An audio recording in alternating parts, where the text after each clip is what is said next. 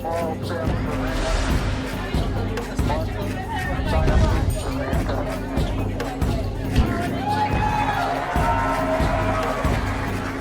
Let's go.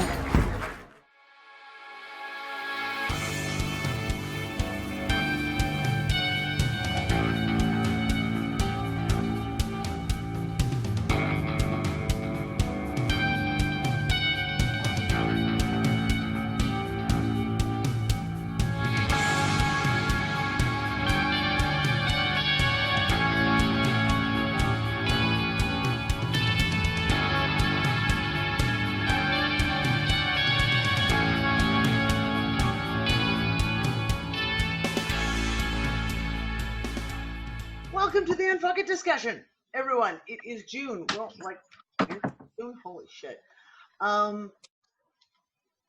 We're just having a whole pre-discussion before we went live, and maybe we'll end up getting back to that. I'll probably end up releasing the video as a little, for members only, little clip of all the stuff we just talked about. Wouldn't want me to get shadow banned and shit. I want to talk about. Okay, first off, hands up here who's with us live. Who has watched Westworld Season 3?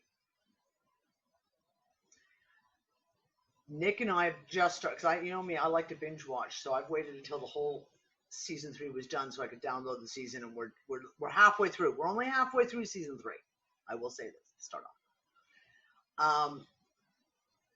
Okay, so if you guys know, I talk about Westworld all the time, and I know there's a lot of you who are not going to want to watch Westworld. I'm talking to you, Anne, because it is extremely violent. It is very graphic. It is, there's a lot of very emotional shit, especially in the first season when you deal with rape and issues and murder and just horrific stuff, okay? I want someone to create a composite video of the seasons of, oh, you're awesome, baby. The seasons of Westworld, because that kind of removes all remove all the violence, etc., but just kind of puts into place all these thud pieces, because all the way through Westworld there is continuously piece after piece after piece that is said, and that you sit there and you go, holy shit, there's some really, really deep stuff, talking about human consciousness, talking about, the concept of AI and a constructed reality and living within a construct in the Matrix, etc. So I'm not really going to get into spoilers here, but I am going to talk about the first 2 episodes of Season 3. And I've got a clip that I'm going to play for you guys because I want to show this. So the concept that comes up within opening minutes of Season 3, Episode 1, is one of the characters throws this wild theory out there at a party, at a modern day, where we think of as us type thing, at a fancy, all dressed up evening gown party, and a crazy conspiracy about this being a simulation within a simulation. And he's like, how would you know? How would you know you were in a simulation? How would you know if this was a simulation within a simulation? Oh, isn't that just like mind fuck, right? Like, you'd never know. And as the episode plays on, one of my favorite characters, Maeve, is in the Westworld, I guess you'd call it the control center. The control center, and she's starting to understand what's going on about the fact that this is a simulation. She thinks she's in Westworld, i.e. Westworld that she knows, realizes that she's in a simulation of Westworld. And there are little differences, that certain things don't work the way they should work. Things don't run as smoothly. And she makes a comment about the fact of it's like they took the code for Westworld and then just copied it and created a simulation of Westworld thinking that no one would notice the differences. And she talks about it being sloppy. She talks about little comments that come up where the characters within the simulation of the simulation are not quite right. As in, it's as if someone took a script, speed read through it and went, okay, that's that character, and made the character. But they didn't really go deeper into who that person was, why they acted that way, how they acted, etc. So it's a very, very superficial characterization of that person.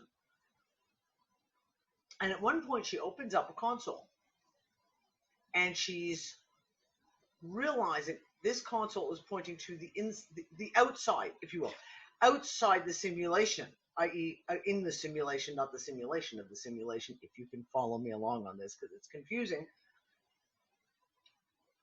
And the video, it's a live feed video camera, and the people are moving really, really slowly. And she's like, why are they moving so slowly? Oh, and it's that in the simulation of the simulation, time moves faster, much faster compared to the original simulation. Almost kind of like it's on double time. And there's, like I said, there are some minutes, there's some moments in the show where there's pieces that are laid out for us, as in every season. One of the things that she does is when she realizes that the coding that has been used to create the simulation of the simulation is, because it's just a copy paste and it's shaky.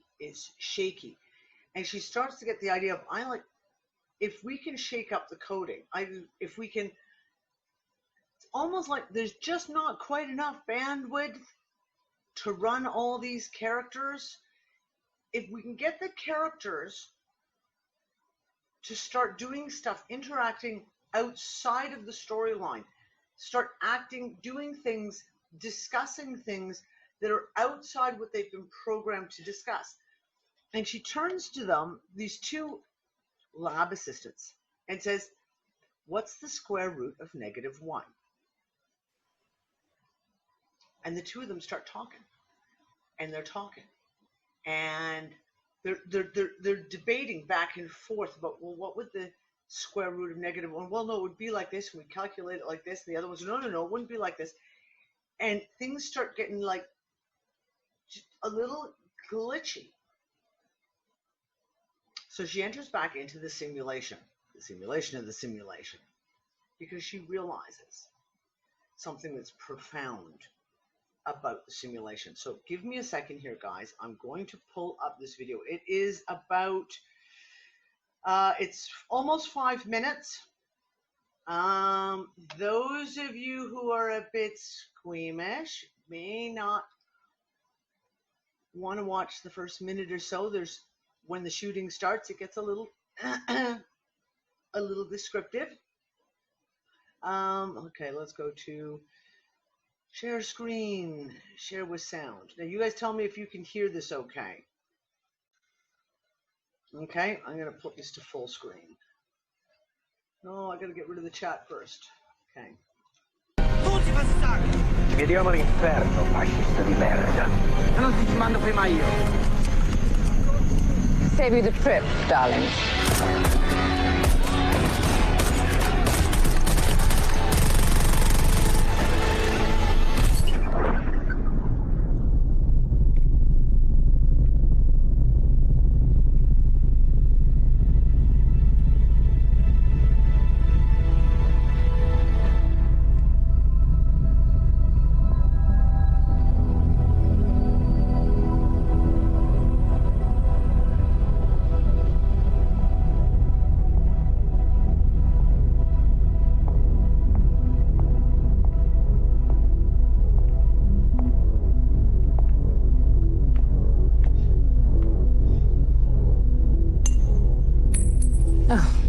Don't tell me you're frozen too. Thought I accounted for this. I'm frozen. Just scared shitless. I almost died. For the second time. Well, third time's the charm. Congratulations. You've successfully crippled the simulation. Now what? Time to pull back the curtain. I've already infiltrated the network. Took a little tour of the base code. Honestly, I don't know who they thought they were dealing with. What is that? That's not the Mesa. No, darling. This is where we really are. You're so bloody slow. They're not. Their world merely appears slow to us because the simulation we're in runs at a much faster rate. They must have me hiding in here somewhere.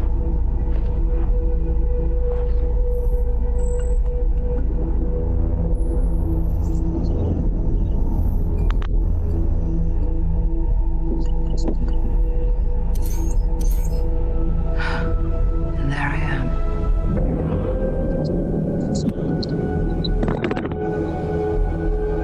I reckon it's time to get me out of there, don't you? Well, how are you going to manage that? With help. She'll do.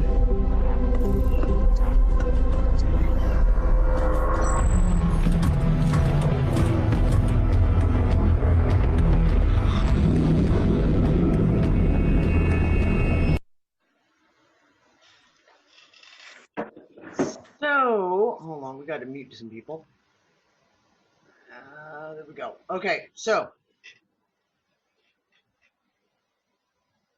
when we talked about the first 2 seasons, one of the things that kind of kept coming up is, of course, the what do you call them? Automatons, the avatars, the clones, these created beings, i.e. Maeve, Dolores, etc., the host, but to put it into a context that people can comprehend, these are created beings. They're not human. They were not born. They were manufactured. In the first 2 seasons, when we talked about the concept of waking up, we talked about Dolores waking up, becoming self-aware, becoming self-conscious, how she achieved that, how the owner, the guy who ran the theme park, who made her. You go through these storylines, and one of the stunning things that he says is the fact of there was that hope that they would become conscious, that they would become self-aware, self-conscious, that they would become independent living beings. And they tried all these different things to try and wake them up, and they didn't work. The only thing that finally worked was pain, trauma, horrific fear, etc. And that seemed to be, in Dolores's case, in Maeve's case, the catalyst that made them suddenly jump into and become conscious. And we talked about this multiple times during season 1, season 2, of kind of like, if you look at what we're living in right now, if you look at this simulation, if you will, that we're living in right now, it is an overwhelming fear construct. It's as if the construct is a nothing but keep you angry, hurt, afraid, scared, enraged. All these negative emotions are continuously pushed upon us. And I've kind of hypothesized, is this how they're, trying to wake up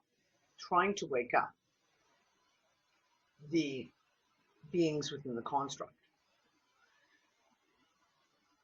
But with season 3, there's something different here. There's a different piece laid out here that I find really interesting because of a lot of the conversations that we've had over the last few years. We've discussed the people who are awake. When we've discussed we've talked about the 100th monkey effect. We've talked about what percentage of the population needs to actually be awake to be a catalyst for change, to be a catalyst, to make all these things that we've talked about for years to work. Then along comes season 3, and it was interesting to me is that it wasn't what Maeve did to break the construct was not wake more people up. That's what they tried in season 2, right? Like that was kind of season 2. In season 2, it was like Dolores was going around trying to wake up people, trying to wake up all these other hosts to make them self-aware. Can she give them the jump to make them self-aware to join her type thing? In this one here, when they realize it's a simulation within a simulation, they don't need to wake anyone up. All they had to do to take down the simulation was to get enough of the people, hosts, within the simulation to act outside of their programming, to do things that were not in the script, that were not in the storyline. All they had to do was break the storyline. So what you see at the very beginning of that clip I showed you, you see that opening clip as she has to go through the simulation multiple times, as you can imagine. It's a World War II. The Hitler and his troops are in Italy. They're in Italy. The guy, the male character who she's with, who she knows from all the other simulations, has got a secret map that he has to get to the Allies. And that's the storyline of that script, that he has the map. The Nazis or troops are there. They're trying to find the map to prevent them from getting it to the Allies. Boom. That's the storyline. When she realizes that, as they're setting up the next simulation, and the host who's playing the hero, if you will, they put the map in his pocket where it should be in the storyline. She goes and grabs a handful of maps and sticks them in every single character's pocket. So as the scene rolls out and the Nazi officers like search him and they pull out the map and all the Nazis point the gun at him, she goes, "Oh, really? Well, how about him?" And she reaches into one of the Nazi officers' pockets and pulls out a map, and then pulls out another one off another one, and another one, and another one. And everyone starts reaching into their pockets, and they've all got the secret map. That one piece is what literally breaks the simulation. Because now all those characters in the simulation have all taken a step outside of the storyline. They've broken the storyline. They've broken their character roles. Whether they're a lead character or just an NPC background character, they've broken the character roles. That's how. And it was just, I just sat there and was like, it's not even about waking people up. That's what they're presenting here is, don't even need to wake more people up. All you need to do is get enough people within the simulation to do something that's either out of character for them or do something that is outside the given narrative, the given storyline. I found it really, really, really, really astounding. And Nick and I stayed up and talked for like hours after those first 2 episodes. So here's the thing. Because we talk about the Matrix and we talk about this being a construct all the time. We talk about it in a way of being a simulation, right? And we have even hypothesized of this, that inception point where we're in a simulation within a simulation, perhaps even within another simulation. And one of the things that I sat there and kind of realized, so going to talk, and I'm going to jump subjects here, but I'm not really, Mandela effects. Again, we're in a situation right now where the last 2 weeks, 3 weeks, insane about Mandela effects happening again. The things in people's personal lives. Some of the stories that have been talked about in the UnFuckers group. One of the UnFuckers had literally a brand new house appear across the road from her house. Brand new house. Overnight. Boom, look, there's a house. It was an empty lot before. Now it's a fully built house overnight. And everyone says, oh, it's been there for years. She's lived in the house for 5 years. Obviously, she knows that there was never a house across the road from her. These kind of changes. One of the other things, and this is what I wanted to touch on, was sometimes we talk about anomalies. And we try to talk about the anomalies from a scientific perspective. We try to scientifically explain the anomaly. So, for example, the last 2 years we've been talking about magnetic pole fillip. We've been talking about the shifting of the magnetic poles. We've been talking about the shifting of the magnetosphere. And we've talked about the positions of the magnetic poles. We've talked about the positions of the sun. Now, again, in the last 2 weeks, I have been contacted by multiple people who've turned around and said, the sun just rose in my living room window. I've been in this house for 10 years. The sun has never, ever, ever risen and shone in my living room window. People sending, Mr. M33BBB, I can never do that one correct. He did one, again, where he posted a pile of pictures, where people posted pictures going, sun is there, sun's not supposed to be there. We had it ourselves. I woke up 6 o'clock one morning and I looked out and the sun was rising over the chimney of a house that was not even within 20 degrees of where the sun should have been rising. So we look for the scientific explanation for this, right? Oh my God, the world is tipped on its axis more. The sun is, Earth is shifted in such a way as to make the sun is now shining a different. Oh my God, there must be a pole shift. There must be a, pick one. But again, what if? If we're talking about this stuff, what if we're talking about a change in the matrix, a change in the simulation? One of those little glitchy changes. Do you know what I mean? Like I said, as Maeve discovers in Westworld, that it's like the copy of the simulation that they put everyone in is just kind of a crappy, cheap copy. They've kind of missed a lot of the nuances, all the specific details that makes it accurate. So all of a sudden you have like a glitch, and it's like the sun is now rising in the wrong place.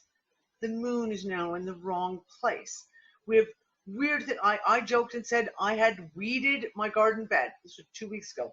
Weeded. I mean, I'd spent it. My next door neighbor was out, so I'm sitting there talking to the neighbor over the fence for a half hour, weeding the garden bed. Knew I was meticulous. There was nothing in that garden bed. Walk out the very next day, and there is a weed in the middle of my peas that's that fucking tall. We're not talking this big. We're not talking about a little sprout of grass all of a sudden coming up. No. It is like 3 weeks growth tall. And there's like 2 or 3 of them. And I'm laughing to Nick going, I just like literally weeded that entire garden bed. There's no possible way I could have missed an entire group of weeds all coming up. And they're huge. But they're little glitches. These are the little glitches that we see.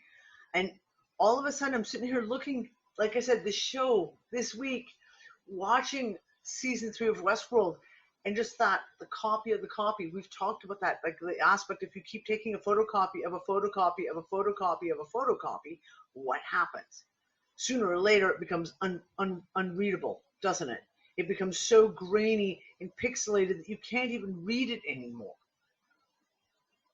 And that's what I'm wondering, is that what we're kind of experiencing? Kind of like what we see as Mandela effects, is this part, an aspect of it is just, there's been so many copies of copies of copies that everything is just flawed. And of course, each and every time one of these things happens, more and more people take note. And the more they take note, the more they go off script. Even if it's just asking their husband the question, wait a second, the sun's not supposed to rise from there. Why is the sun rising from over there? Taking people off script. And the more it happens, the more glitches happen. So I wanted to throw that out there before we got into any more conversations today. I wanted to throw that piece out there because I found that as a very interesting, the difference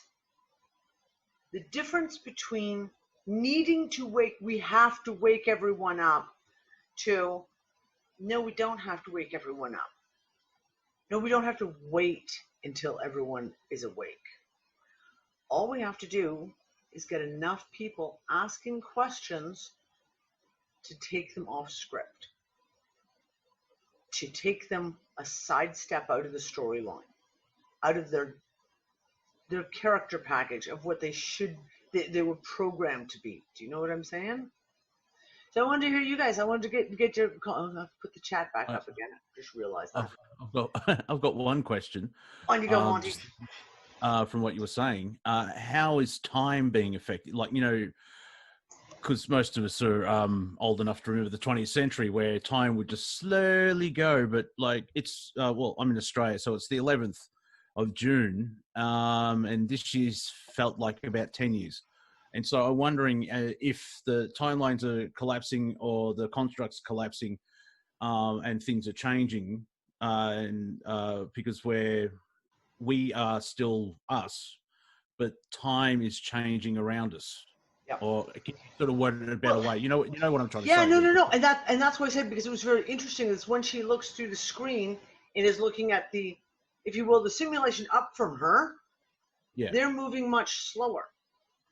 Yeah, I think that's because she's less code, and so the better processors, and so the simulation she's actually in is just running faster. Exactly, it's a smaller. Like you said, less processors in the new one. We joke about that, about how many times it's like people just all of a sudden turn off, and you're like, "What? Did we run out of processing speed all of a sudden? Like the processors just can't keep up. So let's put a whole pile of people to sleep so that they you know, we don't have to run those people." I've asked that question a lot of times. But this is time, right? And this is one of the things. Before we move on to time, can I speak on the off script bit? Yeah. Something really pinged me about that, especially because of the video I've been watching recently. I've been watching these academic papers on like dynamic machine learning, like machine learning, or like or like deep neural networks kind of a thing. Yep. And what it was this dynamic environment where these machines were learning and they were playing hide and go seek, right? And and it's just a simulation about learning how to, you know, like two teams working together, like two teams, you know. Anyway, so these AI have to figure out these strategies to, you know, get better and better and better. Well, the way simulations work are pattern-based, like repeated and repeated and repeated and repeated patterns. Like the same pattern, like for the first long while, it's really stupid, right? But then an outlier behavior happens, and that's what makes, then an outlier behavior happens, and that's what, that off-script behavior is when it really freaks out, and that's what it causes the whole entire simulation to shift. And when that happens, the entire simulation environment sort of like, it shifts entirely. So like every time one of these machine AI accidentally stumbled upon some outlier behavior in the game or in the script, it totally freaks out the simulation. So that's exactly true. Like, and if you think about, because if you think about it, like in machines and patterns and stuff, like it doesn't take much processing power just to repeat a pattern. But if you have to come up with completely new assets, that's a lot of, you know, processing power, and especially if that thing is going on an outlier, I guess, of its path, right? Totally doing something it shouldn't be. And I just thought I would mention that behavior, that totally is. Well, and that's just it. Like you just said about the asking the question. I don't know if you've watched season 3 yet, but like I said, the first question that she asked is like, you know, like what's the square root of -1?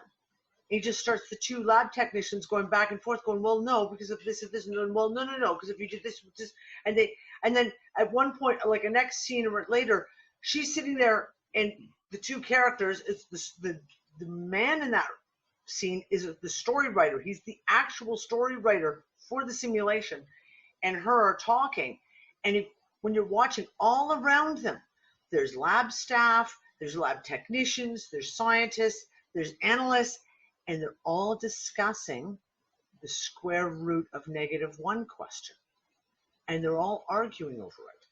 So she sets in motion this one little piece, asking this one question, and it just spreads through, like, if you will, all the NPCs in the background are now all asking that question and trying to figure out that question. Well, and also in psychology, we're all familiar with the psychology experiment of where you have the group of people they're all supposed to be on the same level, and you have the one hidden person that was told beforehand to try and really sway the group. Yeah. And one outlier can change the whole. Yep. Anyway, I just really The like dynamic. that. Yep. that- Okay, hold on now. The chat's getting away from me here. What's going on? Here we go. I'll wrap it up. I'm pretty much done. But someone told me once that like one of the things that they do is they'll go on a 20-minute drive somewhere where they've never been, and just like generate the new. A new experience. Data, Yeah. And I remember, I don't know where I heard it from, but they mentioned that like whenever they would do that, they would have odd experiences, or like they would see Mandela effects, or they would encounter things that like were more like things weren't as concrete. And that's why I feel like a lot of people's stuff happens on trips a lot. Like they're like, and that like your thing that happened on a trip. That's not your usual. Well, and we had a conversation. We had a few months ago, and Amina, you and I talked about this too. The concept of basically don't do anything normal. Like if you have your normal route that you walk to the corner store every day, take a different route. If you have a schedule, if you have a routine, do something to break it. Do something to change it. Do something to make something different so that you're doing things that are not scheduled, that are not expected. Well, I think that's what everyone's been doing because nobody expected to get locked down. Uh-huh. And when it suddenly happened, everybody changed their routines. Mm-hmm. And nothing has shifted recently. I mean, come on. Well, okay, so here's the funny thing, right? And I love memes. And Bossy's here, so he's gonna laugh. I love memes because when you watch memes, they give you those little touchstones of like what's going on around you in society. And there was a flood of memes last month that were like, sure, we all got locked into lockdown, and all of a sudden all these jocks decided to learn to make sourdough bread and are now making sourdough bread every day. And there's women who have learned how to lay bricks and all these things. And they're doing it like, it's presented as in like, what a joke. Like all these people all of a sudden did something radically new, radically unexpected. We never would have expected the big buffy construction guy jock to decide to take up baking. Yet look, he's now baking every single fucking day because he's discovered he absolutely loves baking. Right? That's this thing. And that's what I wanted to get to, was the fact of we've had this whole bunch of breakdown of how many people have all of a sudden started gardening for the first time in their lives. I joined, when I got here to England, a ton of gardening groups. And they're all, like, they've had thousands of people join their groups. And their intro is, I've never dug a hole in the soil in my life. I have no idea what I'm doing. I really want to learn. Thousands of people who have taken up something brand fucking new. Baking, gardening. Or ahead, me liking Chinese food now. And last week we had Chinese food. I'm like, whoa, wait, did my taste buds just like change? Maybe. On me? Or maybe Whatever you just got you good do. Chinese food. Yeah, and nothing. Like, I was talking to this one friend I knew from another show, and she was one of the, before I came to UnFuckers and all that, in my journey. And she was one of those Ashtar Command people. Now, I brought it up to her. I'm like, yeah, you used to be all into the Ashtar Command. She's like, I've never been into that. No, it's like, okay. This is it. Well, like, with we're the, seeing all this shaving. Go ahead, Monty, go ahead. To sort of go back to the Westworld thing, what we're talking about is the hosts are breaking their loops. And if you remember Maeve in the first season, when she starts realizing that everyone's just doing the same script over and over again, she starts breaking out of it and changing it up in little ways. She starts testing it that way. Yeah, don't do it. Don't do this. Don't do that. Interesting enough, Maeve's the one that is able to control other hosts. That's her special gift as well. That's why she can break the simulation. And but that's interesting because in the first episode of season 3, she goes to try and use her powers and they don't work because she's not in the simulation. She's in the simulation of the simulation. Yes. And that coding piece she doesn't have control of the code. And you notice, and I think that's going to be her test. Like when she's never quite sure where she is, all she's got to do is test if she can control the other sims around her. If she can, then she knows she's in the first original simulation. You have 6 more episodes, and I so want you to watch them so we can talk about it because there will be a season 4. That much I will tell you. I know they're already saying. Yeah. Also, since you guys are on about Westworld, you also should give devs that's next a try, like Dawn said. Yeah, I watched that in the last week, and it's in the show. It's not that spiritual, but it can be applied spiritually, and you'll enjoy it. It's made very well. It reminded me of a show called Legion. It's got that same.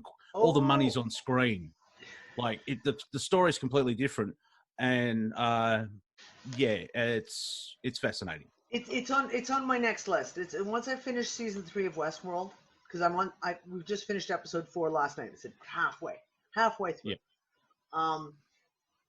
Devs is next. Because you'll get 2 hours been talking about. You'll get a 2-hour chat out of Devs. Don't worry about that. Coming up next week, we'll see. Well, this is it. Like, there's so many pieces, and like, so going back to what Monty was first saying, talking about time, right? And we have that Inception thing. We all watched Inception together. What was that? 2 years ago now. 2 years ago that we all sat down and watched Inception. When you watch Inception, time moves each time they go down a level into another Inception, into another simulation, inside another simulation. Time moves differently. Completely differently. So that's one of those pieces that keeps coming up to me because we keep talking about time. And it's like either time is going so whippingly fast that your head is spinning, or all of a sudden it comes to a screaming stop almost, to the point of it moving so slowly. Like, and I always talk about, we look at January and February and March, took 4 years to go by. Really? I For swear me, to God. everything just flew by. I mean, also, speaking of time, it kind of reminds me what you guys said of the anecdote of the tree in the wood that falls, and if nobody is there, nobody hears it, right? Like, if you're on a road trip and you're the only one around there, and there's no other people that add quality to the moment in time where you're traveling, right? Like the trucker with his truck, or the family van coming and stuff like that. I mean, if you're alone, right? For that little system there, you're alone. So you all have your own quality of time, whatever that may be for yourself. But the more people that maybe come to there, people that have the feeling that time moves faster for them, while you have the feeling your time moves slower, all of this is colliding in that moment on that very strip of road. So there is also something weird to it. Well, and this is it. Like, one of the things. Go ahead, Katie. So about 5 years ago, I took a chemistry class, and I asked the professor, I was like, well, how do they measure time? Like, how do they know what time it is on the clocks or how long a second is? And she went into this whole big spiel about how I'm going to use the wrong words, but they would shoot like a particle or an electron through some sort of metal plate or some sort of plate. And they would measure the amount of time it would take to get to a sensor on the other side. And that would measure like a very small portion of a second. And that's how they would know how many seconds are in a minute and how many minutes are in an hour. And then we got to talking on UU, and me and JC were talking, and I said we brought it up, and we were like, why is time being so crazy? And maybe, and then I was coming up with ideas on, you know, maybe our place in the universe would affect shooting that particle. And then I went online. Nothing online says anything about shooting a particle and measuring the amount of time it takes to get from point A to point B. They just say that it's the amount of time the Earth spins, and I couldn't find, it was just erased. Like, so I don't know if they're measuring it different now that we're, I don't know, we're in some other simulation. Well, okay, we joked before we went live, right? We joked about the fact of, like, someone said, Monty, I think, brought up history, right? Changes to history, etc. And this is the thing, like, there's certain little pieces that come out, and you sit there and you go, how could I have missed that? There's no, Gorf put an article in the UnFuckers Zoom group about the fact that Alice in Wonderland and Through the Looking Glass were written by Queen Victoria, not by Lewis Carroll. And there's a whole group of the scientists, the history, blah, blah, blah, and they analyze Queen Victoria's diaries, like as a child, and how she wrote, and how she used words, etc., etc., etc. And this article that Gorf said is from 1984 that he posted. Was written in 1984. I'm like, I have done a shit ton of research about Alice in Wonderland, about Lewis Carroll, etc. I have never come across a theory ever that even hinted that stuff like that Queen Victoria wrote it. Stuff like that is what really makes me think that we must share the internet with other versions of realities. Because I swear, some people out there online are from a totally different one. I don't know. Well, I mean, then again, like the same thing. We talk about like simulations. We talk. Well, okay, we use the word a lot of times here in the UnFuckers group. We use the word timeline. Like, Ann and I, it's an ongoing joke. We're like, so what timeline did you wake up in this morning? I'm still trying to figure out what timeline I'm in today, because because yesterday was different, and today could be different, and tomorrow might be different. Did you see? But if you talk about these simulations, realities, like it's kind of like that thing. Like which did you wake up in simulation A, B, C, D, Z? Like, which one? Did you see the thing about NASA discovering an alternate dimension where? Yeah, that's another one. When I saw that art, I actually went immediately as soon as it came out. So NASA discovered a parallel dimension where everything moves backward. It's an opposite dimension where time moves backward from the Big Bang Theory. And they're in a parallel dimension that is everything is exact opposite. Well, I went and I read the paper. That's not what the paper hypothesizes at all. And yet I find it really interesting the way that the mainstream media all jumped on this article and all put out this same story of like, NASA's discovered an alternate universe where time runs backwards. If that isn't a clickbait title, I don't know what is. Exactly. Is that what it was? Was it solely just clickbait? Like another distraction? Like we got so people are really bored with being locked into the house. We better do something to give them something to talk about other than, going outside and throwing a revolution. I don't know. Hey, Danny. Yeah, Danny, I got an observation and I guess a question, a rhetorical almost from my point of view. All of these programs, and yeah, I've watched Devs as well, but Westworld, Devs, Inception, all of these things, there is a unifying factor in all of it, even though the storylines are different, one from the other, different angles. But the one thing that is unified in them is what you thought was real is questionable. Meaning that what we took to be our reality, our hard, firm, solid reality all of our lives has been, it's being upended. It's throwing questions. And what is the real question? Well, if I'm not who, or this is not what we thought it was, what is it? And who are we? Yep. And that is the real question. Yep. And it's coming at us from all these different angles. Well, it's still the same question. You're not who you thought you were. This is not what you thought it was. So what is it? Well, it's not giving you the answer, but it's giving you the real question. And in that, at least you can, and in framing the correct question, you can begin the pursuit to find out what's going on really. Now you're gonna find that individually at your own pace. You're not gonna find it in some book somewhere some Swami wrote 500 years ago, or well, you might. whatever. Well, yeah, you'll find what he thought was the case, but you're not going to find what you find is the case for yourself. Literally, you're going to find your answer internally, but you have to ask the right question before you even begin to find the answer that you really came here to find out in the first place. And right, but I would go one step further than that, Maury, is even before you ask the question, is to know that you need to ask the question.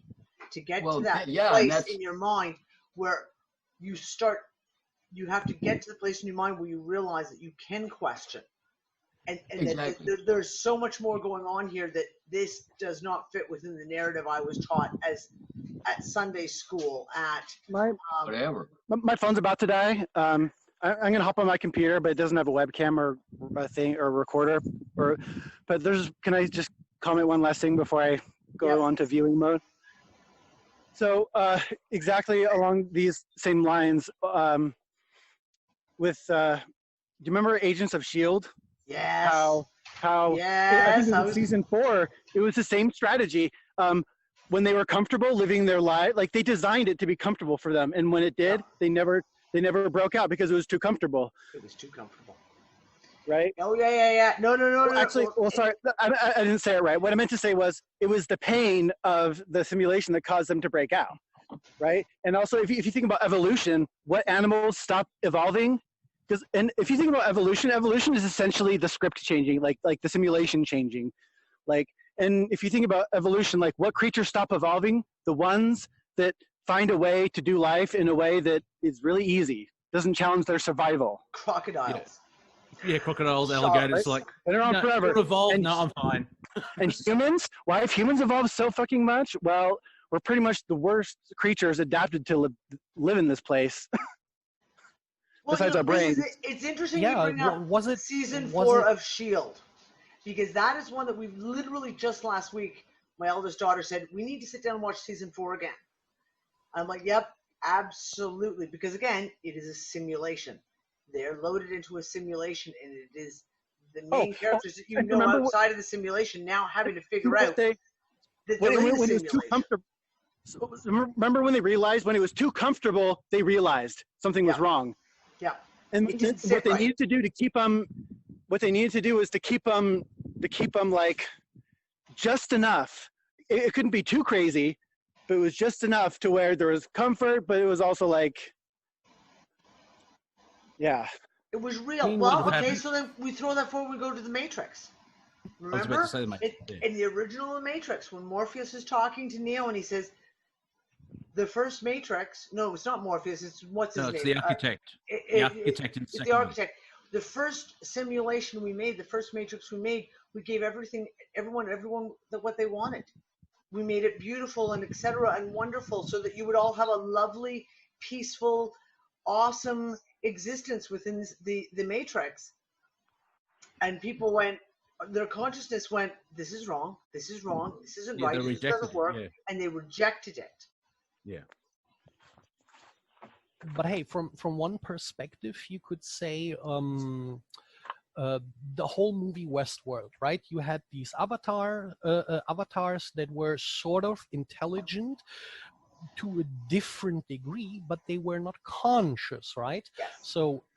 So through the suffering they discovered, or through the suffering and all the things they had to go through, conscious evolved to a point that they became the masters of their own free will.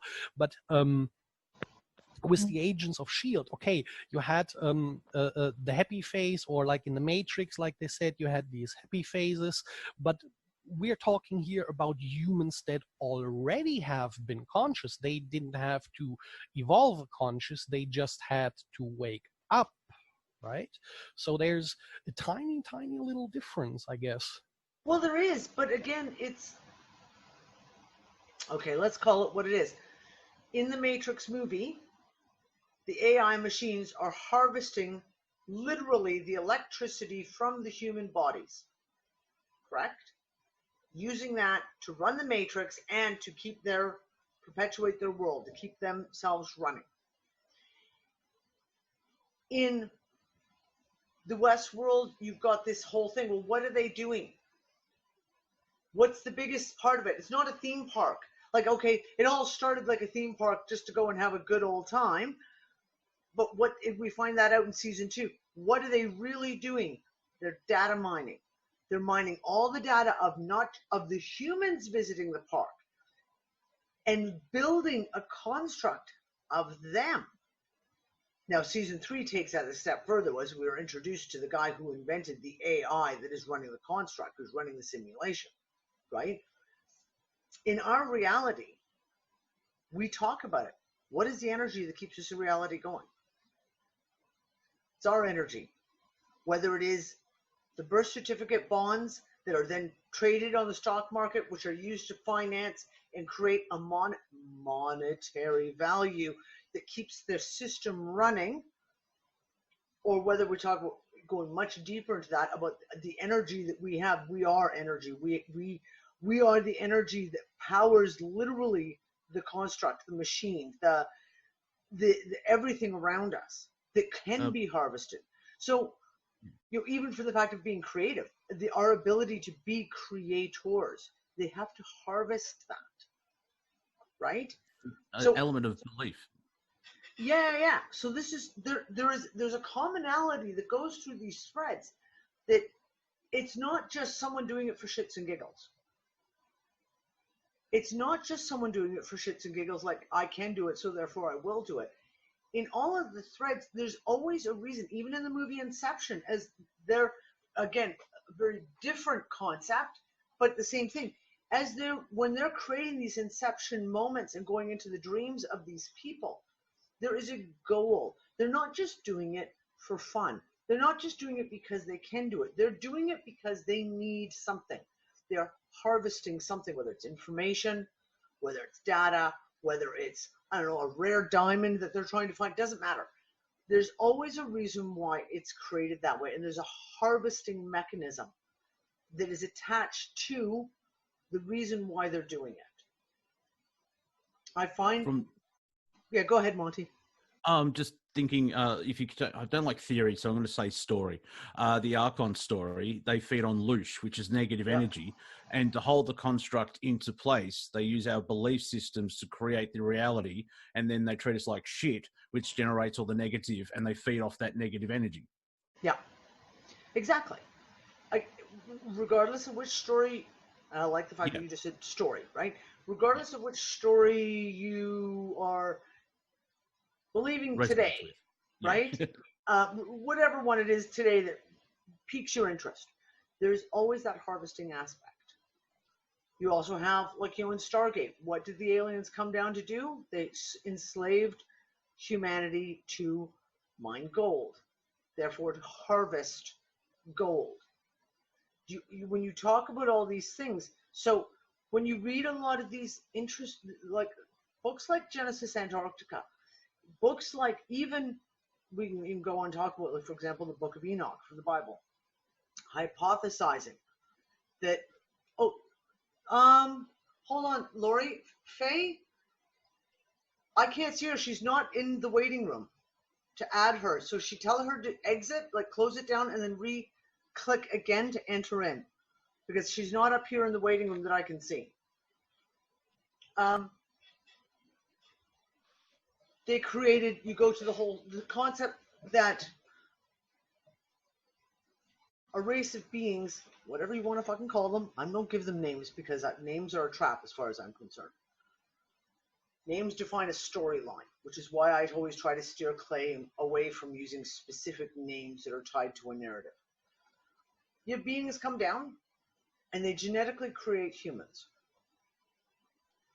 Now, regardless of why they did it to begin with, etc., the story in it keeps being passed through. We have the story of the pneumo. We have the story, like I said, in Genesis, Antarctica. You have different ancient documents and they've talked about this, that when the creators left, for whatever reason, in their storyline,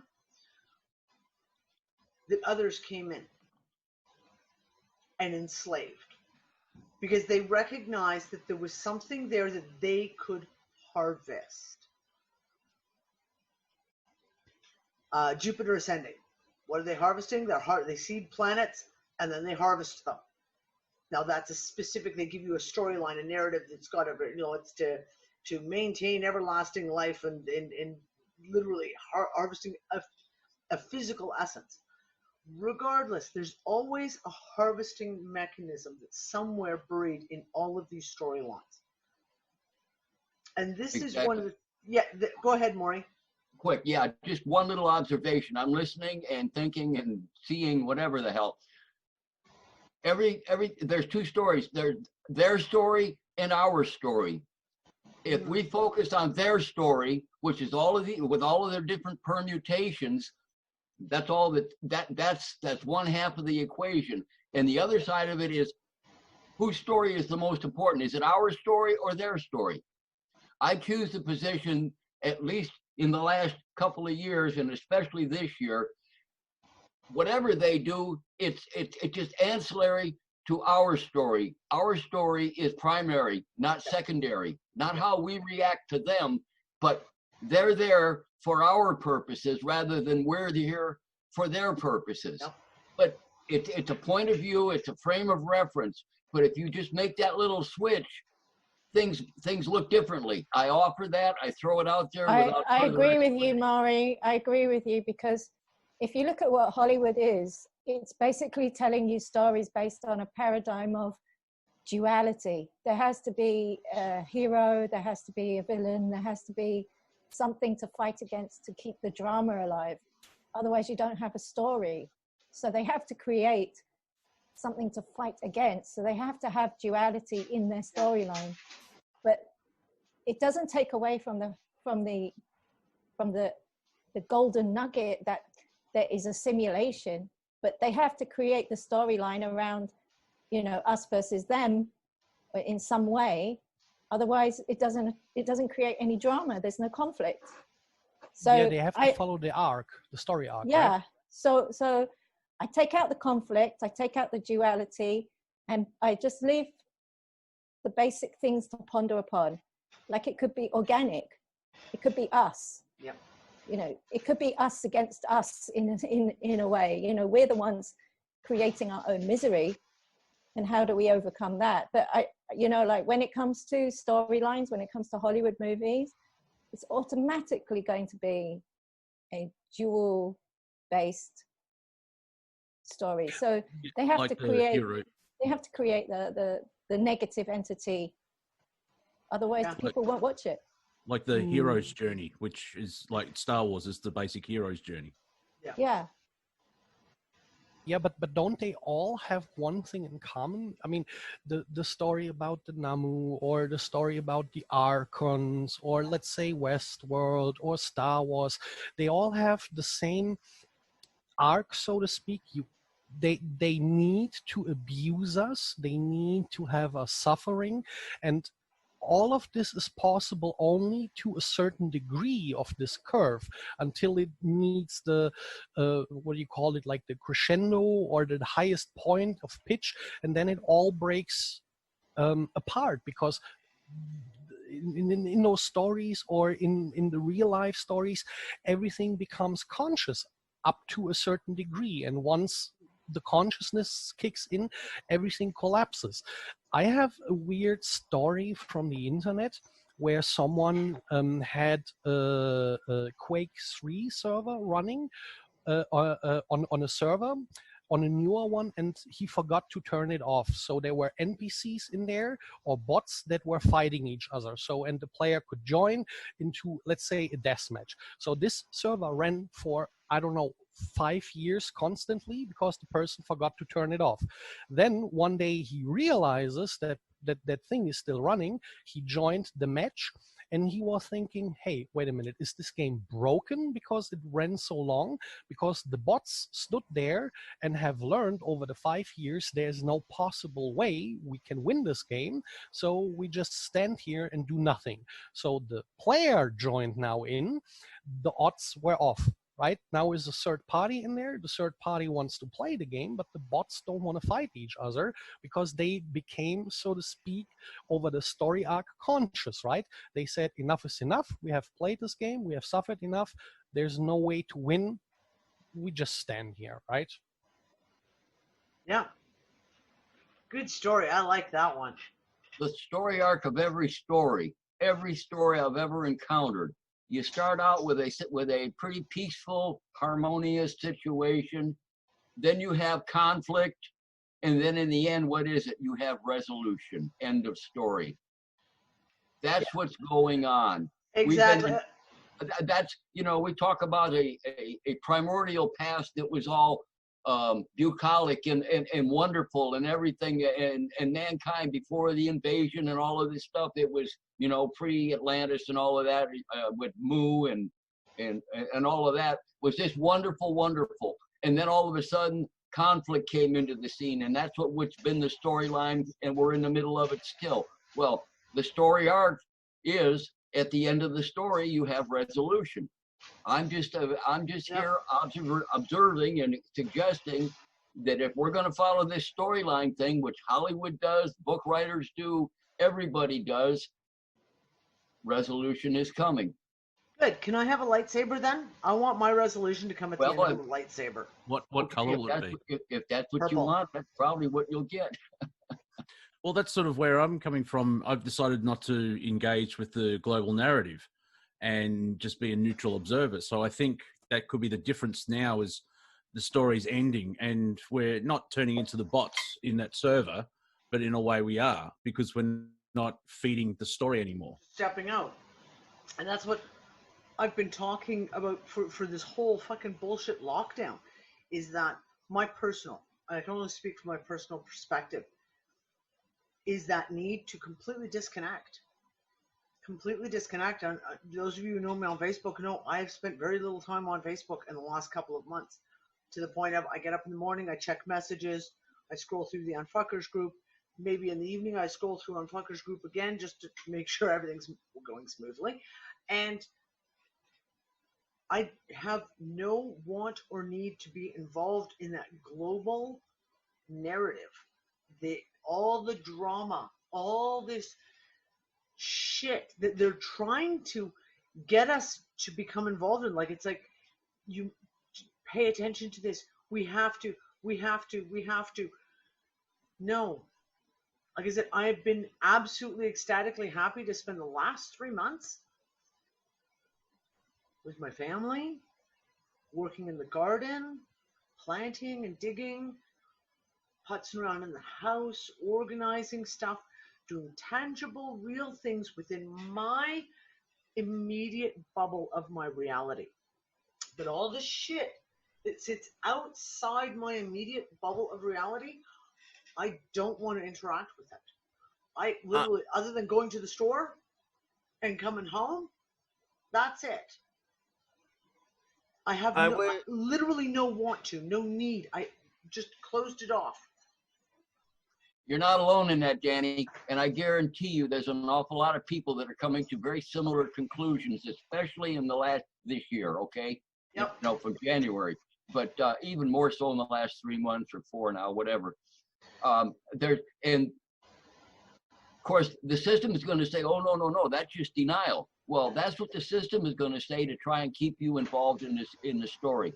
And that's their tactic, and they'll give you some more flashpoints to try and draw you back in. Yep. But what you just suggested, I'm telling you, is what's going on in a lot of our lives individually. We're all doing versions of that to one degree or another. Yep. And that is part of that resolution I'm talking about, is basically we're taking ourselves out of the story that they want to present to us. And you know what? We're not disappearing. We're still living. And this is the thing. So like in Westworld in the season 3, like I said, once They took everyone off script, i.e. they did not interact with that storyline that they were dropped into. It starts breaking down. And is that not what we've been doing for the last 4 months? The storyline scripts have been broken, and the more people are pulling themselves out and saying, no, that lovely screenplay you've put in front of me doesn't interest me. Not even a little bit. So I'm just going to sit here within my own little reality bubble and do whatever makes me happy. I'm going to read a book. I'm going to plant a flower. I'm going to paint a wall. I'm going to whatever. Doesn't matter. You're taking control of your own life instead of letting others dictate it to you. Exactly. And when we do that, there's an astounding, there are astounding pieces that come forward. That's my own, again, my perspective of seeing a lot of this. All of a sudden things change. All of a sudden things in your own perspective change because you're not dealing with, you're not interacting with this mess. You're not investing in it. You're not investing in it emotionally. I still watch. Nick gets through the news. He throws me the news links and, oh, you're not going to believe what happened today. And I watch. But I'm so completely emotionally detached from it. Completely. It doesn't make me angry. It doesn't make me sad. It doesn't make me afraid. It doesn't make me anything. I literally like, oh, fucking more bullshit. That's almost funny. Haha. Okay. I'm going to go make pizza. What you two just said is basically the peace system can only function, especially what Maury just said, is it can only function if we participate and follow the script, right? Yeah. Like we just had a weird moment, especially with the protests with Black Lives Matter and stuff, right? We had everything was set up to have us stumble into a civil war, right? Like you had this one group that was riled up on purpose, and they hoped with all the carnage and chaos they caused that they could actually trigger the opposite group against this to start rising up and fight them in the open. But now what happened? People were busy, people didn't care so much. The script was broken because that other group that was expected to do this or that in reaction to the cause, what just happened, but it didn't happen because the other group said, well, I don't know, I don't care, right? Like you have your own protest there. We don't interact in that sort of sense, right? So the circle is already a bit broken, right? The narrative is already fizzling out. Yeah, we're not feeding the machine. Well, yeah, that's true. You know, back in the 60s and the early 70s, but mostly in the late 60s, I remember this quite well. There was a phrase that we used to talk about. It was called, what if they gave a war and nobody came? That was exactly. But you see, that didn't sell. That sold to a certain, a small number of people, but not significant enough. But that phrase is still accurate, and it's appropriate for this discussion right now. Instead of a war, it's this scenario that we're being presented. But what if they gave whatever they give and nobody came? Well, eventually, you're still going to have your quote bots, your role players. They're going to come, but if they don't get the what some call around here the true sources, there's another way of saying it, but the ones that are supplying the energy to this system, which is us, if we don't come, their system, they're going to run their program, but it's going to run itself out because the energy is withdrawn from it, and that's us. And it ends up with the bots just standing there staring at each other going, no, we're not playing this anymore. This doesn't work. Well, I was reading a bit of a paper someone posted on the site where they were talking about how all what's going on right now is ritualistic, like with the face masks and social distancing, the lockdown, I read that, I'm like, that's actually interesting. It makes sense. It doesn't matter if it does or doesn't. This is one of those pieces. So I've got so much information being fired at me all the time, every day. I have people sending me information about proving this is a psyop, proving this is a false flag, proving this was fake, he didn't die. This is a different person now, that they arrested the wrong person, that's not even, these are crisis actors, it's fine. I get it, and everyone's got their own thing that's going to interest them. God knows I was there myself just a couple of years ago. But even in that, you become so invested, good word, invested in that specific narrative that you're missing all the other stuff that's going on. Right? And they're throwing so many fucking narratives at us again, right now. There are so many distractions. And I'm watching people fall again into this pattern of jumping on a bandwagon, jumping on a narrative, and they're going to ride that fucking narrative all the way home. Let them ride. You don't have to. No, let them ride. You don't have to. You have that choice. That's their lesson to learn. That is their lesson to learn. And that's what I say to people. I'm not interested. Or I'm just like, okay, thank you. I don't open 90% of the videos that I get sent. I don't even open. And you because just they're on QAnon, or they're on this, or they're on that, or they're on, and I'm like, I have no interest in. I don't need. I already know it's all fucked up. I don't need to know how it's fucked up, where it fucked up, who it fucked up, when it fucked up, what it fucked up, why it fucked up. I don't. All I need to know is that it's all fucked up, and then I can walk away. Exactly. And Danny, you just said prior to this, you said you spent the last 3 months living your life in a way that you like to live, as opposed to, and what were you focused on? You just said it also, more of what you wanted to do in your own way, rather than be reactive to whatever the hell they were being presented to you as important. You decided to say, hey, I'm going to put that on hold. I'm going to withdraw my energy, and I'm going to do what I want to do. Well, by God, you spent 3 months of your whole life experiencing that. Now I ask you, was it worth it? Oh, of course and it I was. know the answer. Of course it was. But here's the thing. Now, the one thing I've been talking about this whole lockdown is the one phenomenal thing about this lockdown, besides all the things that we've given today, talking about taking people off script, talking about breaking people's schedules, breaking people's regular routines, is it's given a lot of people, if they took it, the opportunity to break their schedule, to break their routine, to do something new, to focus on something new. And a lot of people, and again, I'm not talking about in the awake, I hate that term, awake community. I'm talking about all those people, friends, coworkers, family that I've seen who've all of a sudden had this moment of, after 3 months, 4 months of this, gone, you know, I really like this. I like being at home. I like educating my kids myself. I like doing my job from home. I like doing it. This is really, you know what? This is real. Oh, wow, I've never experienced this before. I really like this. And that now changes the storyline for that person forever. That moment is that moment where it changes their perspective and their storyline and their focus.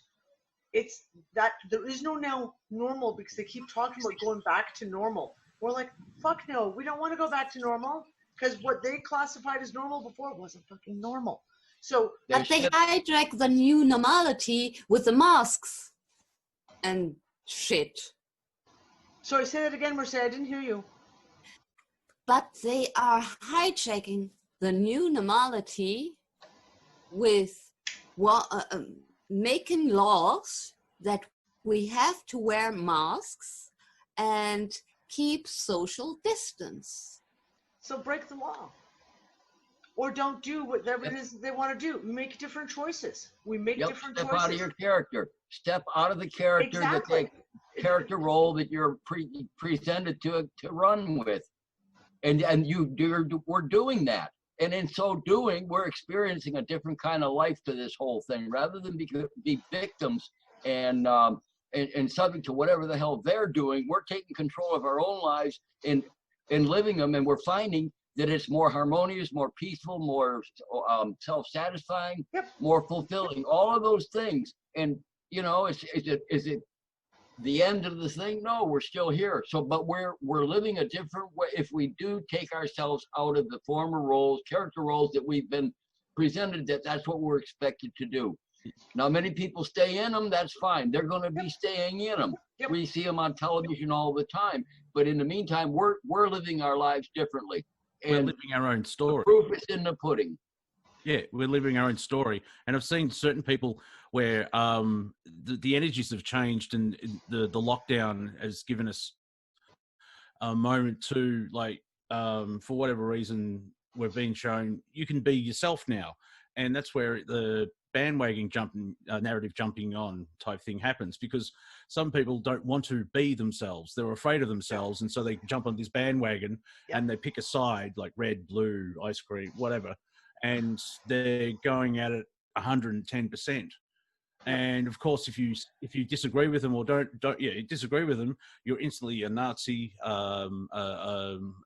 socialist, a phobe, or a fascist. You're everyone emotionally turns into a 3-year-old. It's like, you don't like this, well, you must be you're Satan. Yeah, and then everyone on the call and watching, you're living your own story now, which is fun because you can do anything. Hey, I just had a funny idea. If we are really living in a construct, and the construct is sort of run by a computer, and we all are those unique beings within this matrix. So to calculate all this, to run all of this, it makes sense that stuff is scripted. So if it's scripted, it doesn't have to be randomly generated in the moment. So, but if we are going off the script, we are making this computer burn up slowly. The more people go off the script, the more has to be randomly generated, right? So it's not that we all look to the west and everyone looks to the west and nobody looks behind you. So behind you is nothing and everything is in the west. So the computer has only to generate that viewpoint. We are looking 360 degrees and we are becoming more and more and more and more. But Bossy, is that not what they just did? It's like, if you talk about, if they lock everyone in their houses like they did for 4 months, then they don't have to render anything outside that house for your reality, which saves them bandwidth, doesn't it? Yes, but are you, let's be honest, are we all clean beings that keep everything nice and neat, or are we beings that have chaos? So if I have a lot of chaos. I have 4 children and 2 dogs. Exactly. So if we are all at home and we all create our own personal chaos at home that is unique and not in any house the same on this planet, then this causes a lot of CPU time being used, so to speak, and we can burn it up this way too. You know what I mean? It's it's like it's like you sit at home and you hate the website of a newspaper and you press on your browser F5 every second, try to DDoS a server, or you can build your own program that does the same for you. It's up to us, right? Listen, this is the whole thing, right? I mean, there's so much insanity going on right now. And to talk about the reality they're trying to present to us, right? Not our personal bubbles, but the reality they're trying to present to us. In the UK, they've just passed a law that as of June 15th, if you're going to take public transit, you have to wear a mask. Now, I'm literally astounded at number one, the stupidity of that. Like, if you have to take public transit, this is 3 months after the lockdown took place. And only now they're telling everyone if you're going on public transit, you have to wear a mask. Public transit's been running the whole time. It's not like public transit wasn't running. It's been running the whole time. But 3 months later, they're now telling everyone it's a new law. You have to wear a mask if you're going on public transit. And even people who are, let's just say, people who were following along with the narrative to begin with, are now sitting there going, that isn't even logical. That isn't even logical. Like, there's no rational, Like, why would they tell us now, 3 months later, that we have to wear masks on public transit?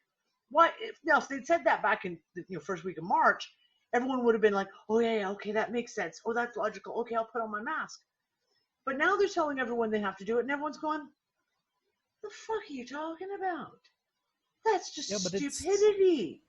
It is like training us to be submissive, to obey the order. I mean, right, but it's not working. I mean, it is now, yeah, but yes and no, it's not working anymore for Corona, right? Like, the people are questioning it now, so now there had to be the new June event, so to speak. We have now the Black Lives Matter riots and stuff. Riots. So, but notice the training of obedience, the obedience training with the masks, the stay at home, to stay away from people, right? Even if it doesn't make sense at all. And now we have the new phenomenon. Either and you are social Black distancing, Lives Matter, 6 feet between everyone. Yeah. Oh, I get it. I mean, don't get me wrong. I'm all for Black Lives Matter in the sense that I want them to be happy, and I want that this becomes now an equal thing, and all the shit and violence stops. But you notice something there. What was it? Last Tuesday, it was the black cube or the black square as an avatar, and then there was the kneeling part. And if you don't do it, no matter who you are or what you did for community, they still lambast you. You know what I mean? Okay, but here's the thing though, Vasi. That's a construct of the mainstream media. We keep having this conversation too. The mainstream media is trying to put out this thing of, like, for example, the black rectangles on the social media. I didn't see one, not one. And I went looking. I didn't find a single one on social media with a black triangle, black rectangle or square, whatever, for their profile picture. The whole thing about the whole kneeling thing, and the media is showing all these pictures of people kneeling. No, they're showing you a picture of like 4 or 5, maybe 10 people kneeling. But there are hundreds of people standing behind them who are going like, I don't fucking think so. They're trying to tell us this is the norm. They're trying to tell us that this is what you have to do to be accepted. But the reality of it is, it's not an issue. We talked about this even like 3 weeks ago, right? When it was like, the social media was full of stories of people going into a store and not wearing a mask and getting chased out of the store by all the people wearing masks. Exactly. Never happened to anyone. I talked to everyone. No one in all of UnFuckers, no one had ever experienced even so much as a dirty look from someone for not going out wearing no mask. No one. I've been same thing. The whole time I've been in England, every time I've gone to stores, I've gone to all kinds of different grocery stores. We had to go to like the British equivalent of Home Depot. This week, some people have masks, some people don't, and no one gives a flying fuck. Social media is trying to tell us that it is. The media is trying to tell us because they want people to fall for that. It's a divisionary piece, right?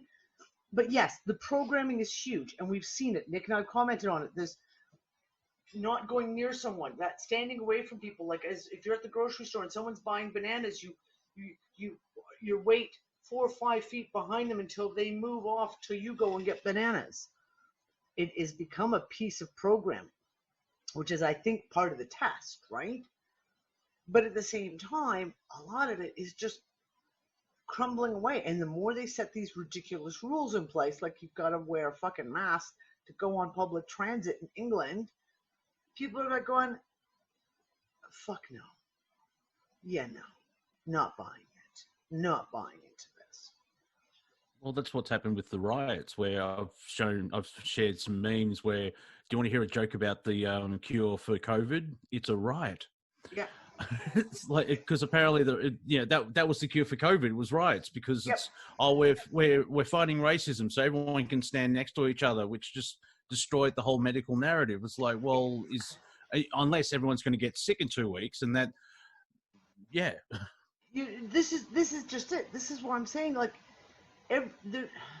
just distraction after distraction. The COVID was not working anymore. If we think about it, when did all these riots? When did this all take place? Approximately 2 to 3 weeks after all those doctors started going up public, destroying the COVID narrative that went Oh, and viral. something interesting. And then all of a sudden we have too. this police thing happen, and then the riots, and then all of this, and then it goes global. In ridiculous. And guess but who had to it's- testify? Guess who had to testify in that time? Yeah, maybe. But again, The Clintons. This I know, and this is what I'm saying. There's all this fucking stuff going on. But in the meantime, what are we doing for ourselves? In our own little reality bubble. What are we doing to make ourselves happy? Because we are the authors of our own happiness. It's not the storytellers. It's not the writers who are writing these scripts for us. It's us. We're responsible for our own happiness. So in our own little reality bubble, what are we doing to make ourselves happy? What are the things that we do on a daily basis that makes us happy? Because when we focus on those things, not the external scripts, that's when we are breaking. Hold on, Lori, I'm sorry, like I let Faye in. Faye appeared, I let her into the room, and I can't, there's literally nothing I can do for her. If she pops up into the waiting room, I can let her in, but I can't actually. Zoom is fucking broken. This latest update on Zoom sucks so fucking bad. We need another platform. We need another platform other than Zoom. We're just gonna have to get off of Zoom because it's so bad now. It's so bad. Yeah. And in the meantime, reality is like just is disintegrating. Going back to the whole, simulation within a simulation. I have every website, major website that I've had to deal with in the last 2-3 weeks has broken down. PayPal, nonstop, to the point of my account manager for my British PayPal account is literally to the point of pulling his hair out because he's literally having to manually add everybody's. They want to make a change on their account, they can't because their website is fucking broken. eBay, same shit. Redbubble, I was trying to upload a new t-shirt design, which is really, really funny. By the way, my 2020 prediction bingo, I'm quite pleased with that design. They're like you try to upload things, it's not uploading, it's glitching, it's everything. I was on 2 different banking websites this week. Both of them wouldn't work. You try to hit send at the end of filling in a form, and they go, "Oh, we have an error. I'm sorry." All the technology is literally falling to pieces.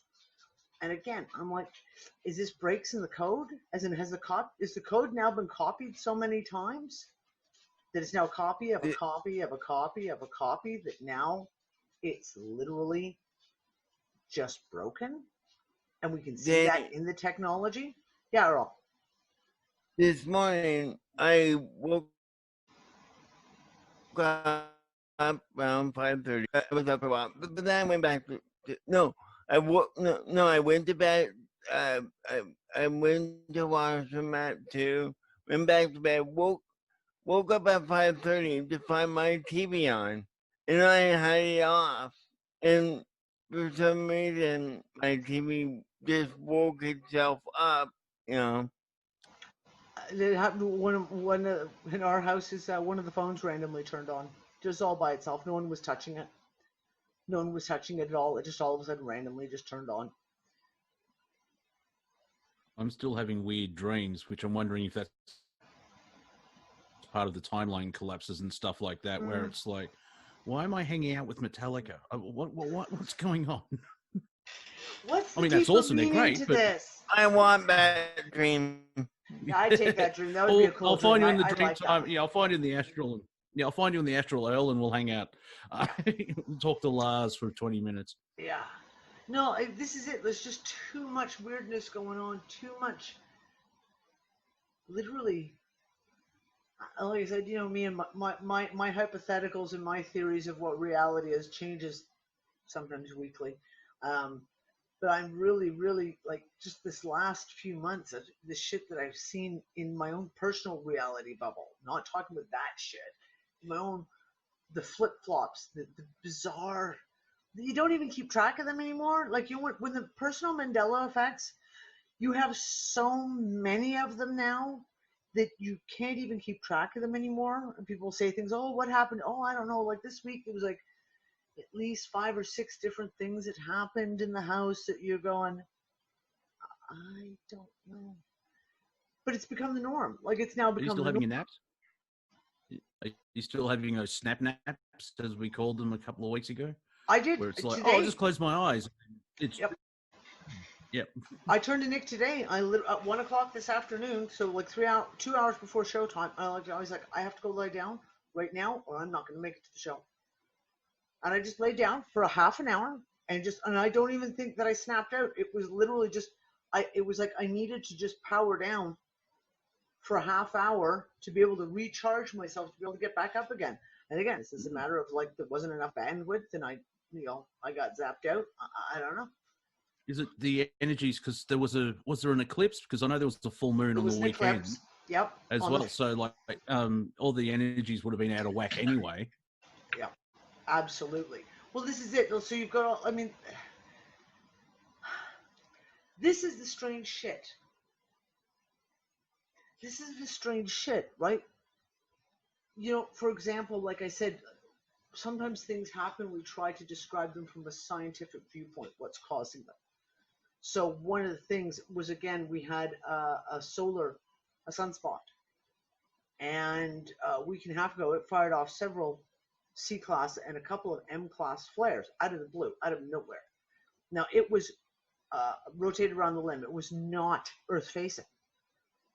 The moment that sunspot rotated into Earth-facing view, it went dead. Like, just dead. Like dead like a doornail. Like, shrunk. It to the point of it almost disappeared. And you sit there and you go, like, we noticed this back in 2015 too, this phenomena, as I'll call it. But then again, is it a phenomena, or is that just like a glitch? Do you know what I'm saying? Like, now you sit there and go like, okay, we're trying to scientifically dissect this. What could possibly be causing this, or is it just a glitch in the matrix?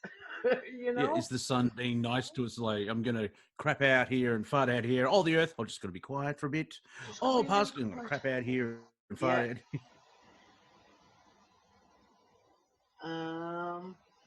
Yeah, when is it? Amina, when is the solar eclipse?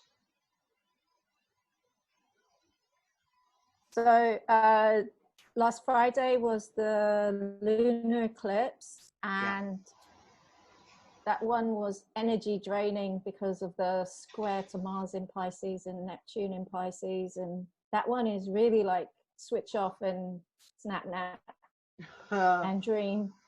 And then 2 weeks, so you count 14 days, 14 and a half days to 20th or 21st of June, and that's a solar eclipse. And then you count another 14 days and there's a lunar eclipse again, like in early July. Well. But these lunar eclipses are very, it's a solstice. So it's activating everyone's chart because of the 0 Cancer degree is a very major sort of world degree on cardinal point, and it's basically, it could be a new insight, or it could be it could be something towards wanting truth. Because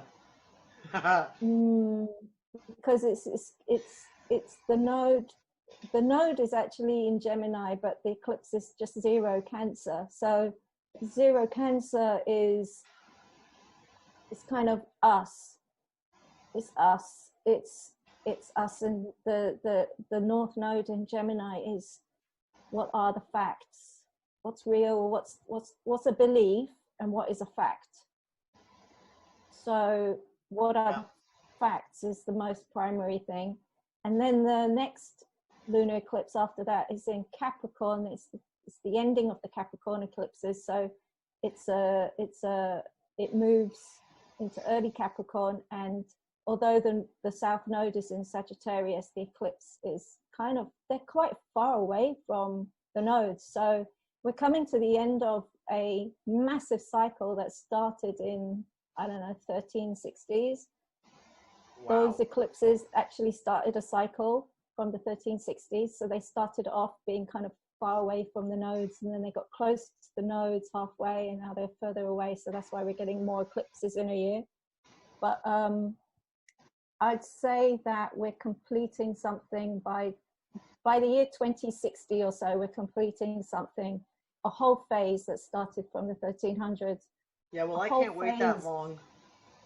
Yeah, but this is part of it, and it's the closing. So what are we closing in Capricorn? We're closing, if we've been looking at truth and facts versus beliefs and paradigms, then we're going to place that energy into what are they telling us? Who's telling us what?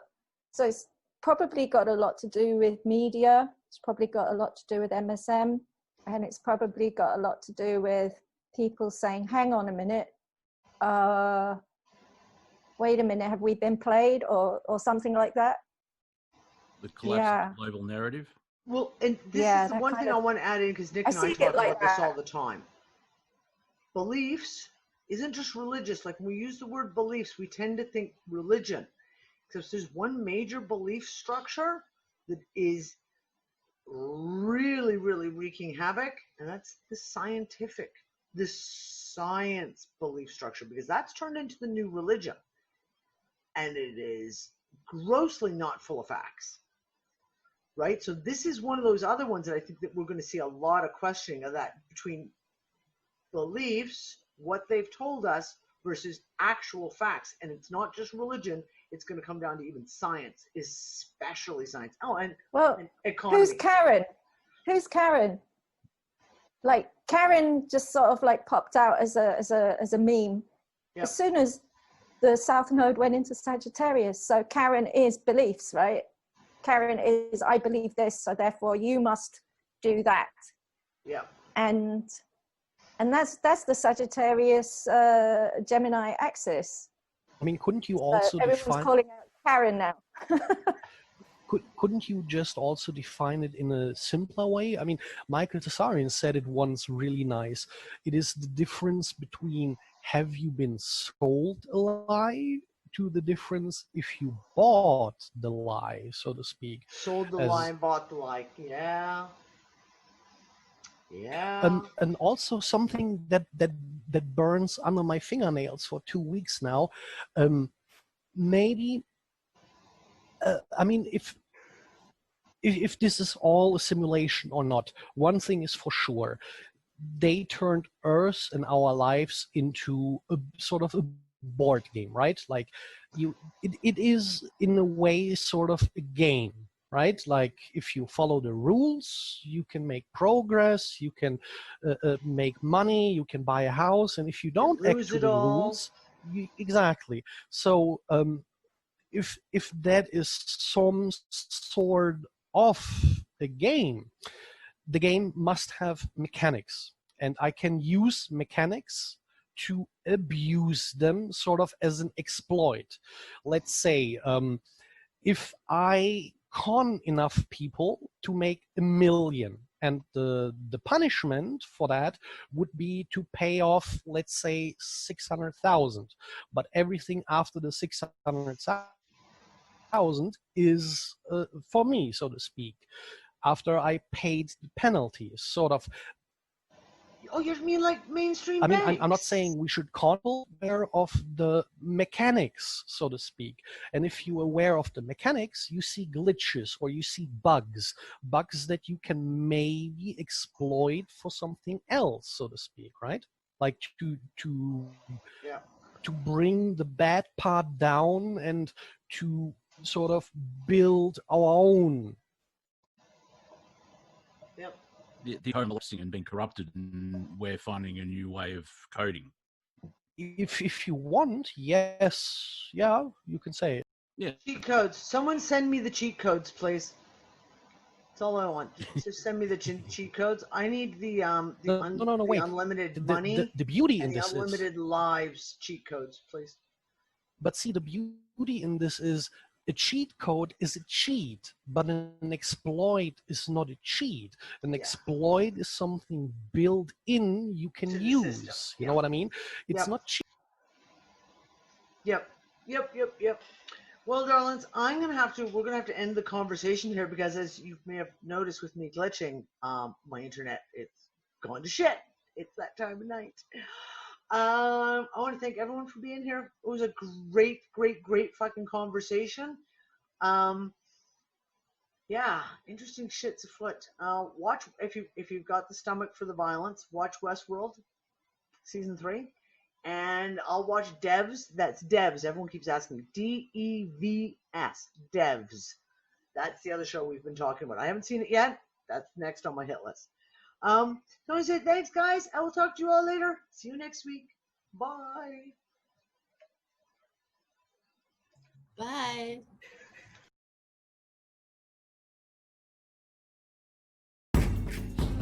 One small step for man.